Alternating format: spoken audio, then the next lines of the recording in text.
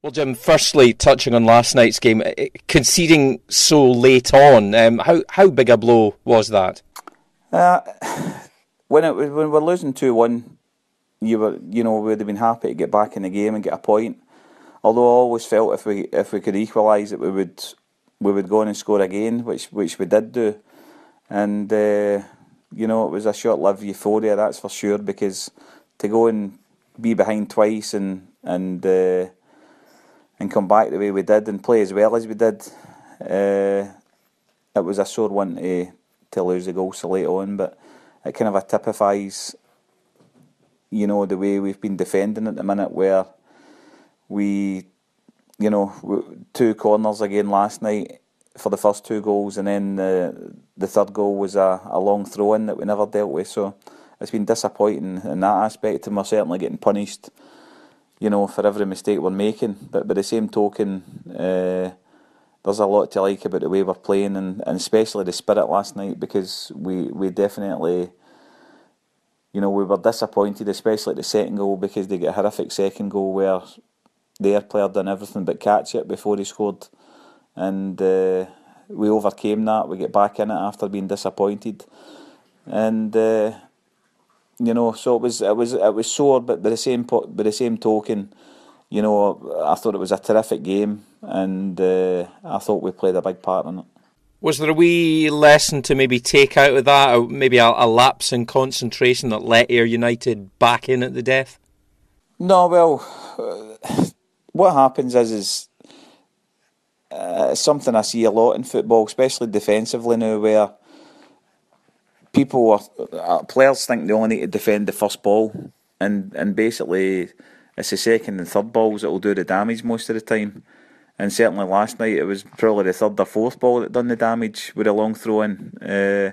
So it's concentration. It's just making sure that whoever you're picking up, you make sure that you're with them until the ball's been cleared out the box. And it's just something that we just need to keep harping on about. I mean, obviously we don't get a lot of time to work and stuff like that as such, but we're just getting punished a wee bit for every mistake at the minute. But to be fair, we're talking about an international player like Craig Beattie that was causing us the hassle last night with a long throw and getting back flicks and stuff like that. So you've got to remember that the opposition are also a handful. Looking at the league table, it still doesn't look too bad, because your boys have still got games in hand over the sides above you. Listen, there's going to be many turns still in this league, because as you see last night, Stenhousemuir beat Sunrar, and everybody said that was a foregone conclusion for Sunrar to win that game, and Stenhousemuir certainly, they're no mugs, and that's the league, and there'll be games won and lost against any team in this league, and I met Gary Boland there, the Airdrie manager, and I spoke about that. I mean, it's a really good league, it's a competitive league, and I just feel as though if we can keep playing the way we're playing at the minute, results will come for us, and as we get some results, we'll start winning games and we'll climb the table. It's as simple as that.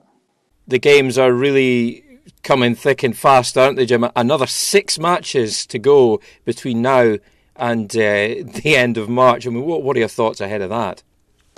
Well, to be honest, I'm looking forward to it, because training for us is no ideal. We only train one night a week, and a Wednesday night where we come together at Forfar.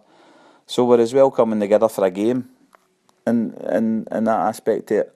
And I just think everybody enjoys playing games, and we enjoy the competition. And I think the way the squad is at the minute, certainly with the front guys that we've got, I mean, last night I was able to bring on Nicky Riley and Rory McAllister as substitutes, and made a terrific impact in the game. Wells taking off Jamie Stevenson and David Cox.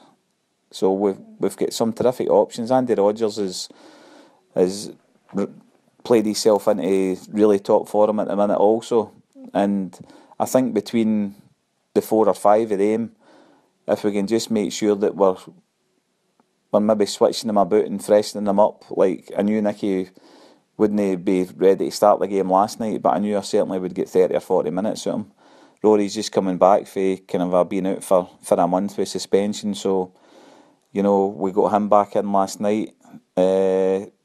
Cox is in a good place at the minute also, so we've got really good options there, and the substitutes made a big impact in the game last night. So I think between the 6 games that we've got in March, it's important that we just maybe pick the right team for the occasion, and they make sure that they keep their form up, because if they do that, then the Sale will certainly win games.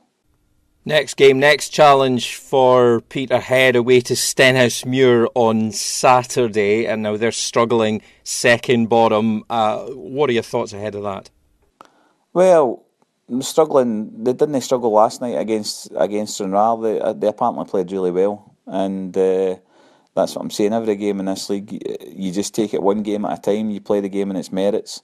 Stenhousemuir were a much more fancied team than us to be fighting for the playoffs than we were. So you go there and you give the game total respect, and we seem to pick up this habit of playing teams that's just coming off the back of a good result. Ayr United had beat Forfar on Saturday, and obviously we're going to play Stenhousemuir. They've just coming off the back of beating Stranraer. But as I said to our players last night after the game, if we keep playing the way we're playing, I mean, there was a spell in the first half last night where I really enjoyed watching them play for 20 minutes. They totally dominated the game. And if we just keep playing like that and play with that belief and try and keep passing it, because we've fell into a decent vein of form of passing the ball now, and if we keep doing that, then as I say, I think we could win any game. Stenhousemuir, you would think dangerous opponents because they are battling and scrapping away there and showing signs of recovery. Of course, I mean, they're a side that, again, since they changed their manager, they've seemed to have had a lift out of it, and they've got players on their side. They've got a wee boy McMillan that's in loan for Celtic, who's again probably better than this league, but he's, I think, apparently what I heard last night, he ran amok against Stranraer.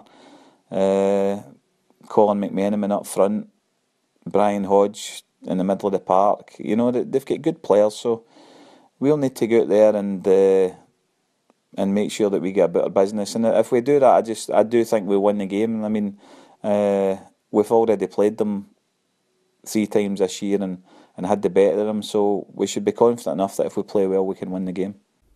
Yeah, the 3 wins over them so far this season. Does that count for all that much, though, in all honesty, when you go into Saturday? No, that's what I'm saying. You take one game at a time, but what I'm trying to say is that we should know that if we play well, we have got the beating of them. I mean, I wouldn't have said that last season where we played them in a cup tie, and although we narrowly lost to them, you could see that they were a league ahead of us, and I think we've caught up on them, and we've got that belief now that if we play well, that we can beat them. But no, you play every game in its merits, and every game's different, and thankfully they've played in midweek too, so there's no advantage or disadvantage to anybody else. And finally, how's the team news shaping up as the game approaches? I think Dean Cowie will probably be the only person that will be missing, and probably only because it's an AstroTurf. Dean is telling me that he's feeling really good now. His knee's nearly pain free, and if we can get him back in, I think we've got a couple of suspensions coming up in the next couple of weeks. So we get him back in, then we'll that'll be good timing for us.